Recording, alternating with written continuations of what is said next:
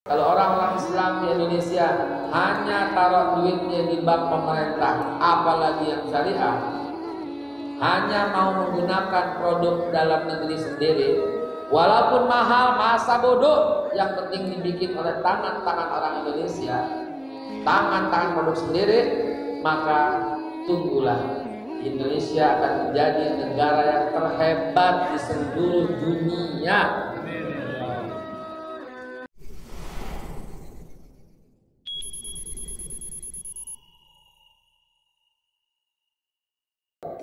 Ini bahasa yang sangat serius. Perhatikan. Sampailah ke zaman Nabi Muhammad sallallahu alaihi wasallam.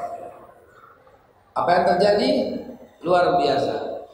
Di awal kenabian, Nabi Muhammad mendapat luar biasa halangan, rintangan, ancaman, pembunuhan dan sebagainya. Abu Lahab, Abu Jahal, dan Allah binasakan mereka semua. Dan ketika Nabi Muhammad SAW di Madinah, beliau sebagai pemimpin, beliau sebagai ulama, sebagai nabi, sebagai umara, sebagai pemimpin, sebagai rasul, sebagai raja, sebagai semuanya, panglima, sebagai jenderal, maka akhirnya 2/3 dunia takluk di bawah Islam. Yang ingin saya mau sampaikan kepada Bapak Ibu sekalian jamaah yang dimuliakan Allah, antara ulama dan umara enggak boleh jauh. Antara ulama dan umara enggak boleh berpisah. Antara ulama dan umara enggak boleh musuhan. Kalau terjadi musuhan, tunggu hancurnya saudara. Karena itu kita sebagai umat Islam yang sadar, enggak boleh maki-maki pemerintah dengan nama togut, enggak boleh. Begitu juga sebagian daripada WhatsApp group kalau kita perhatikan itu, masa manggil polisi warna coklat? Ayo ngaku, ada nggak kalimat itu? Masa bilang TNI zolim? Ada nggak? Sebagian dari antum mungkin berkata, wah, kok bapak tuh yang ceramahnya begini, gitu. Iya, betul nggak? Nggak begitu Pak, saya jelasin alasannya. Karena kalaupun ada, itu oknum, dosa besar kalau kita mengatakan semuanya salah. Kalau ternyata ada polisi yang salah, oknum, bukan semua institusinya ente maki-maki. Betul atau tidak? Ini logis. Ini Islami. Di zaman Rasulullah sallallahu alaihi wasallam ada seorang Yahudi yang kerok, satu orang. Dia tarik kudung seorang wanita sampai gelinding jatuh. Nabi kepala negara, apakah Nabi hukum semua orang Yahudi yang ada di Madinah? Tidak. Yang Nabi hukum siapa? Satu yang salah itu. Jadi nggak boleh zalim Bapak Ibu sekalian. Kalau ada yang salah, bilang si A yang salah, si B yang salah. Jangan institusinya dong. Berapa banyak kak umat Islam yang maki-maki banser? Banyak kak? Banyak kak? Dosa ente, dosa besar itu. Nggak boleh. Waktu itu kan dibakar bendera tauhid, satu yang bakar, dia nggak ngerti apa-apa. Kenapa ente musuhin semuanya? Tuh begitu Bapak Ibu sekalian. Jadi kita mesti letakkan sesuatu pada tempatnya. Nggak boleh kita mengeneralisir semua seperti itu. Jadi musuhan ntar. Hati kita ini hancur, miris ngelihat ngatain ini. Dan ada pihak sana juga ngatain Habib. Aduh Habib begini. Kalaupun ada yang salah paling 1 2. Betul apa tidak? Jangan kasih contoh. Gue tahu di kepala lo ada siapa. Gue tahu. Wah, itu semua begitu. Enggak semua Pak. Ada satu orang kiai, bukan kiai lah, ustadz juga nggak pantas dipanggil ustadz. Dia punya pesantren, 14 santrinya dihamilin. Terus apakah Anda bilang semua pesantren jelek? Gak boleh begitu saudara, cuma itu doang. Pihak sono ngatain tuh, akibatnya tuh, makanya jangan masukin anak di pesantren. Semua pesantren brengsek, kan kurang ajar kayak begini namanya. Betul apa tidak? Koreksi diri kita juga begitu. Kadang-kadang karena satu kita celak semuanya. Ada satu orang korupsi di partai, hampir gue sebut itu. Lalu kita katain itu partai, semuanya korupsi isinya. Nggak boleh saudara, nggak boleh begitu. Itu yang kalah satu dua orang juga. Ada anggota DPR, korupsi. Lalu apa kita bilang? Semua anggota DPR sama. Ya Allah, nggak boleh saudara, nggak boleh begitu. Yang korupsi 1, 2, 3, 4, 5, 6, 7, 8. Ini nggak berlebihan kan, banyak. Kalau 10 orang lebih ya, lebih. Kepala daerah juga lebih ya. Ya paling-paling ada 80-an orang. Sallu ala Nabi Muhammad.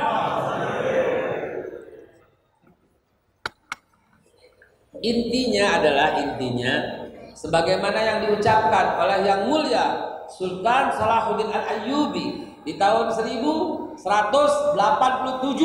ketika beliau memulai sebuah khutbah, dan akhir pada khutbah kedua Sultan Salahuddin Al-Ayyubi mengucapkan satu kalimat yang sampai sekarang khatib-khatib pada ngikutin. Dalam khutbah kedua yang awalin beliau apa dibilang?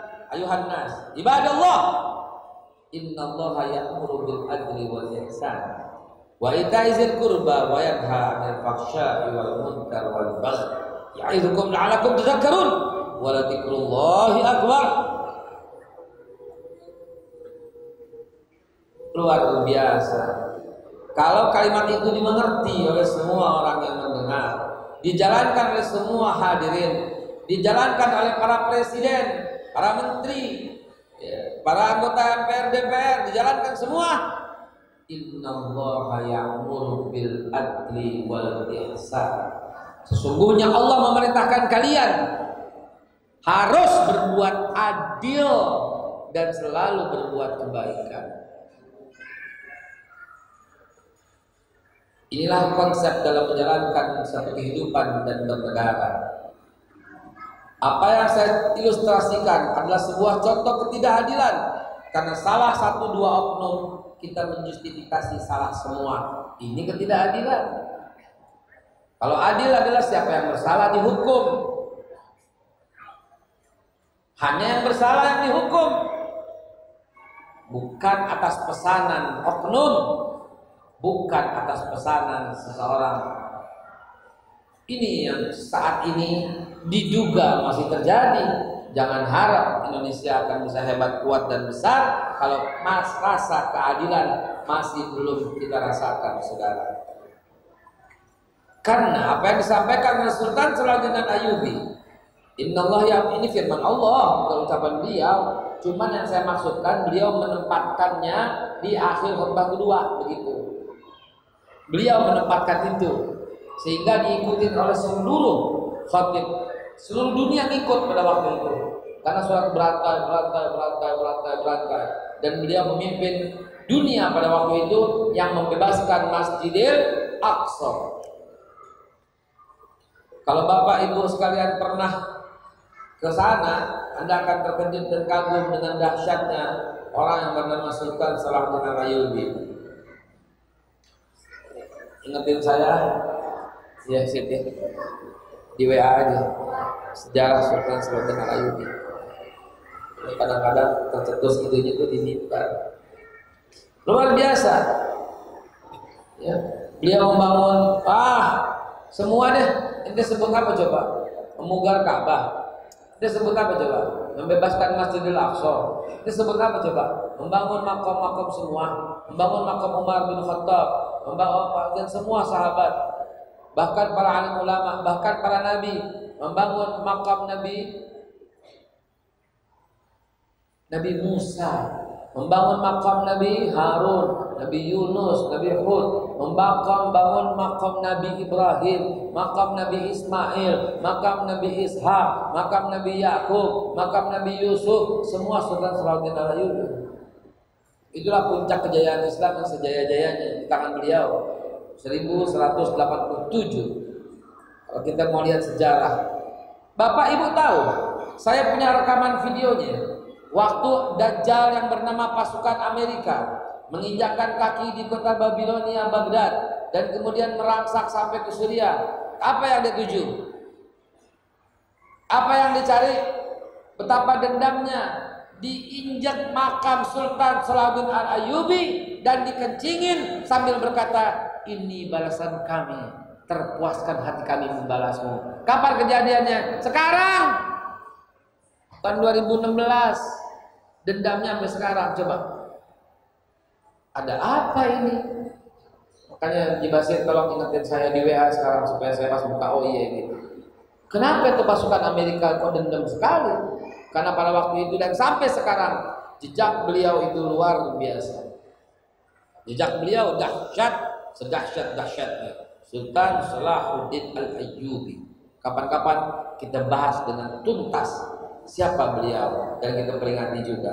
Hadirin yang dimuliakan Allah Subhanahu wa taala.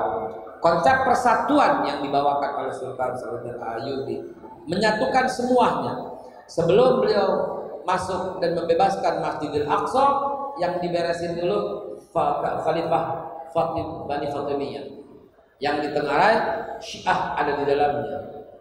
Jadi diberesin dulu tuh. Persis dia melakukan mengikuti jejak Nabi Muhammad sallallahu alaihi wasallam, pentingnya persatuan dan kesatuan. Hari ini persatuan dan kesatuan kita dikoyak antara umat Islam dengan pemerintah diadu domba, antara umat Islam dengan TNI diadu domba, dengan Polri diadu domba, padahal mereka adalah sahabat-sahabat, keluarga-keluarga, pelindung, penolong dan mitra daripada kita semua. Antara satu partai dengan partai yang lain diobok-obok, kekuatannya luar biasa. Saudara sekalian, saya tutup nih dengan satu hasil riset temuan yang dilakukan oleh Profesor Dr. Yusril Iza Mahendra ketika beliau mengambil doktorat di Pakistan. Beliau meneliti kenapa Pakistan yang awalnya bagus, hebat, kuat di zaman Ali Bhutto tiba-tiba hancur, lebur berantakan, perang antar saudara, akhirnya ya zaman Benazir Bhutto dan seterusnya sampai sekarang nggak bisa bangkit lagi. Kenapa?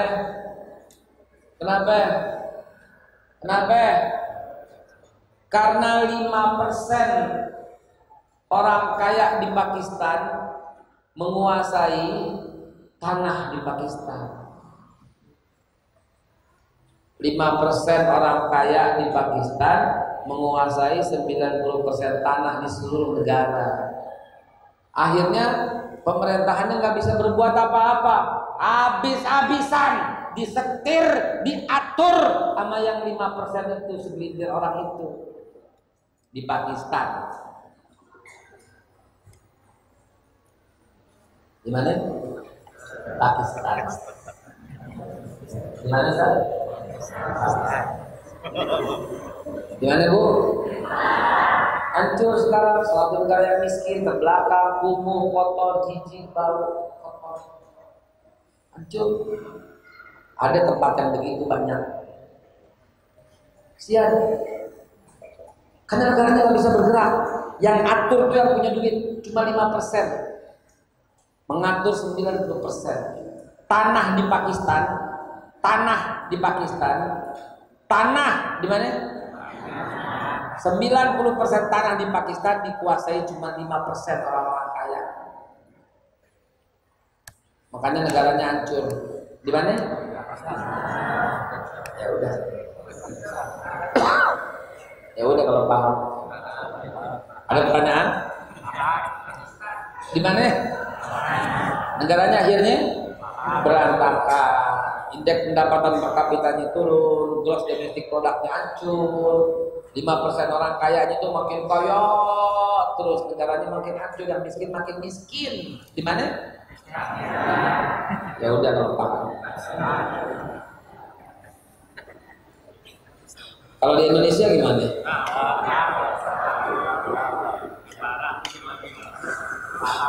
Indonesia berapa ya? Mau tahu angkanya? 0,24% orang kaya di Indonesia menguasai 74% seluruh tanah di Indonesia.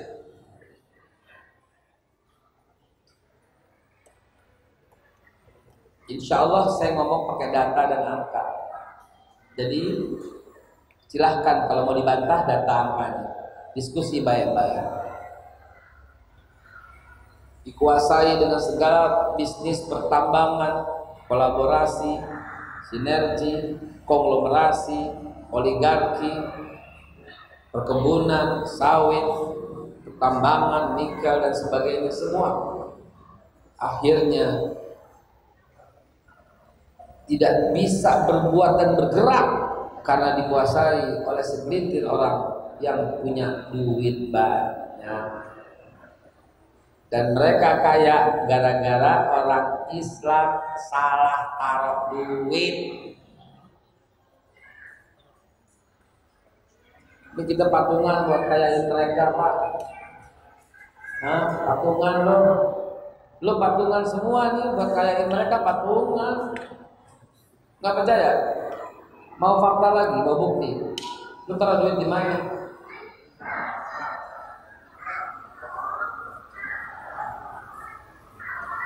Terus pulang santai gitu, nggak merasa bersalah gitu, tenang-tenang aja gitu. Padahal ada bank syariah, padahal ada bank pemerintah, Mandiri, BRI, BNI. Saya cinta mati sama pemerintah, makanya saya hanya mau bank pemerintah.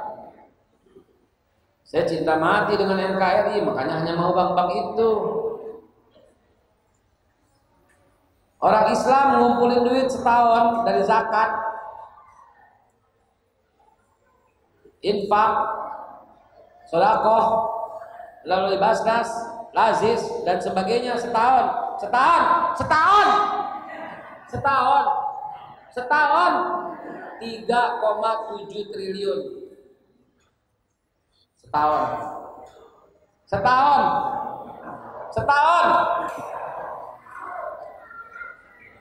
Satu orang pengusaha rokok sehari dari ente yang ngerokok sehari 900 miliar sehari. Cukup dia 4 hari sama orang Islam ngumpulin zakat setahun.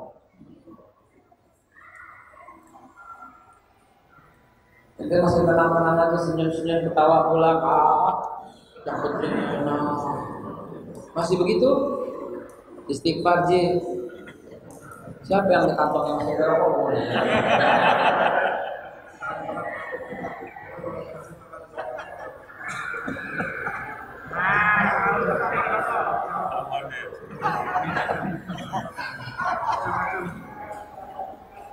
Suami itu capek-capek dagang, ojek, apa segala macam, punya duit sedikit bakar, astagfirullahaladzim. Lu lagi ngumpulin duit buat siapa ya?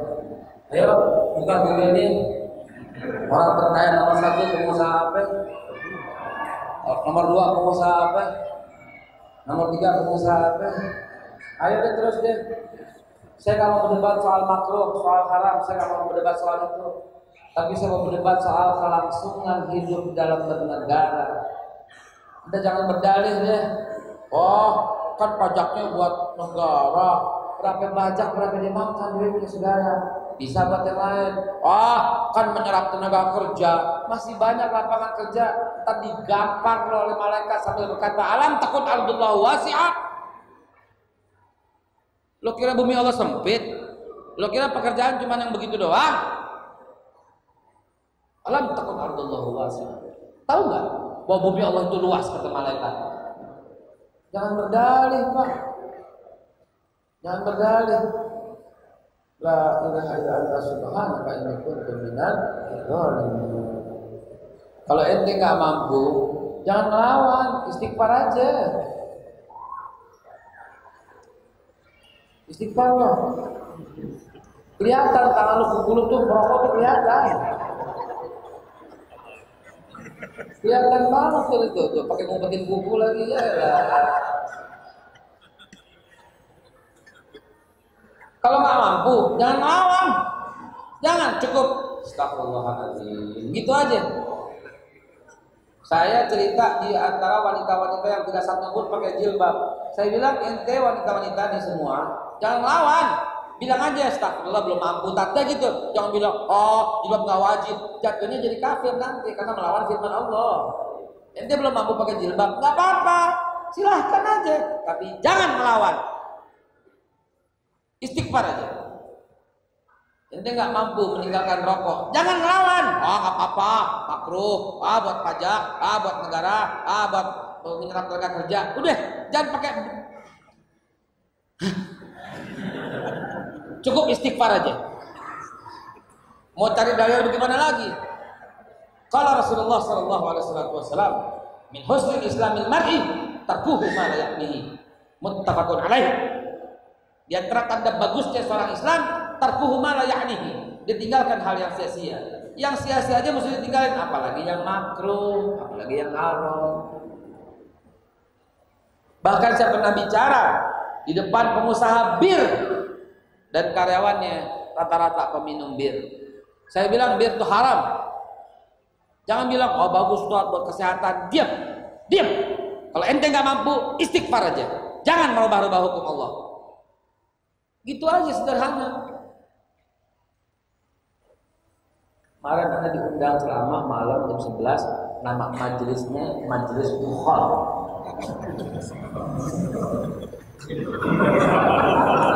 Majelis dakwah dan Bukhol. Bayangin coba. Aneh ceramah dari awal sampai akhir khusus soal rokok. Itu panitia diem. Ada di kampung yang lain lagi itu semuanya pada merokok, ada lagi ceramah merokok. Ada ceramah dari awal sampai akhir soal rokok, sampai atu-atu pada matiin semua. Dia bilang sini koreknya semua, gua ambil koreknya semua, lu pulang semua, jangan pakai korek lagi. Naudzubillah summa naudzubillah. Hadirin Allah. Kalau Islam mau kuat, Islam mau jaya, ibadah binafsi, mulai dari dirimu sendiri. Satu, soal ekonomi, beralihlah ke bank pemerintah, apalagi yang syariah. Ayo, ya Allah, berilah hidayah kepada mereka yang masih belum sadar. Ayo, ya, ayo Pak, Bu, jangan. Astagfirullahaladzim. Hati-hati di mulut gue sebut nih. Kalau ada marah tersinggung, repot. Ya. Yang penting yang saya katakan adalah bela negara, cintai negara kita secinta-cintanya. Dulu ada lagu gitu, Anda cinta, aku cinta, semua cinta buatan Indonesia, gitu kan? Nah, lakukan lagi seperti itu. Teliti dalam membeli. Produk-produk dari Cina lebih bagus, Tat. Jangan membeli produk lokal aja. Tapi Cina lebih murah, Tat. Jangan beli yang dibikin oleh tangan bangsa kita aja. Saya cukup lama di Malaysia, di JB, Johor Bahru. Biar itu produknya bagus, biar itu produknya murah, kalau bukan made in Malaysia, kagak bakal orang Malaysia beli.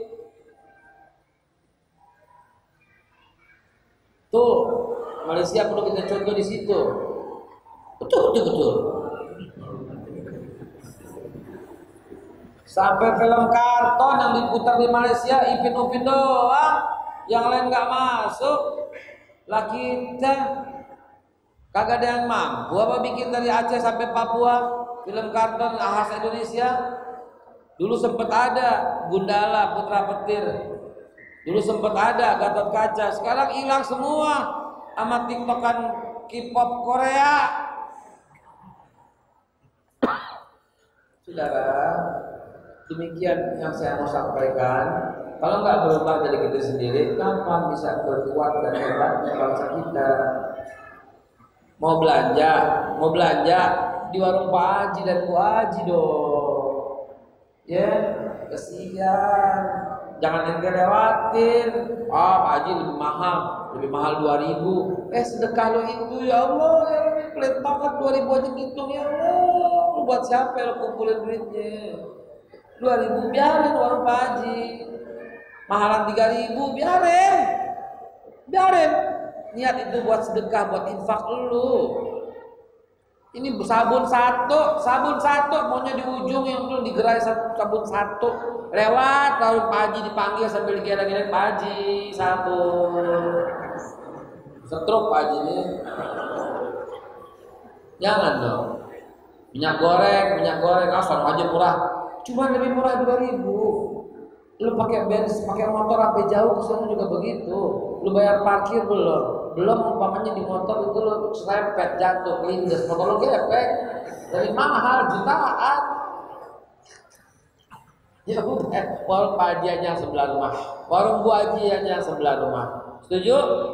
Aduh, kalau orang-orang Islam di Indonesia hanya taruh duitnya di bank pemerintah, apalagi yang syariah, hanya mau menggunakan produk dalam negeri sendiri, walaupun mahal, masa bodoh, yang penting dibikin oleh tangan-tangan orang Indonesia, tangan-tangan produk sendiri, maka tunggulah, Indonesia akan menjadi negara yang terhebat di seluruh dunia. Nggak bosan saya sampaikan ini di setiap majelis, selalu saya sisipkan agar kita terbuka kesadaran. Barangkali ada 1, 2, 3 orang yang nyangkut dan dia langsung besok berubah. Entar dia berubah lagi, maka jadilah Indonesia seperti dahulu kala, macan Asia. Jadilah Indonesia seperti dulu kala, yang kuat segalanya. Jadilah Indonesia menjadi negeri yang baldatun thayyibatun wa rabbun ghafur. Amin ya Allah ya rabbal alamin. Hadanallahu wa iyyakum ajmain. Sebelum saya tutup, ini ada punya wasit ya, punya siapa? Ada ya. Nah ini termasuk produk Indonesia ini, orang Islam nih. Ya.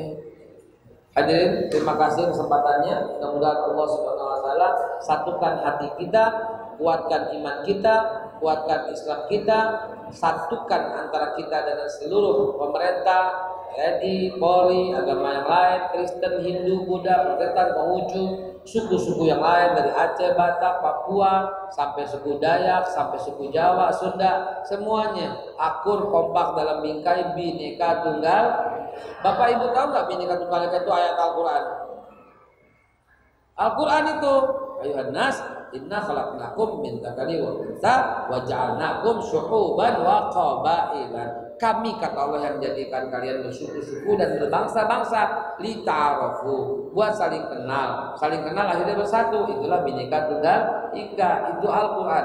Maka mudah-mudahan Allah Subhanahu Wa Taala wujudkan Indonesia negara yang kuat, bersatu. Amin ya Allah ya rabbal alamin. Hadanallahu wa iyyakum ajmain. Billahi taufiq wal hidayah. Wallahu muwaffiq ila aqwamit thoriq. Assalamualaikum warahmatullahi wabarakatuh. Tadi kita mengawali dengan doa, terakhir kita tutup dengan kifaratul majlis. Karena doanya selalu saya taruh di depan. Subhanallahi bihamdihi, subhanallahi bihamdika, asyhadu an la ilaha illa anta, astaghfiruka wa natubu ilaik. Nastaghfiruka wa natubu ilaik. Alhamdulillahirabbil alamin. Assalamualaikum warahmatullahi wabarakatuh.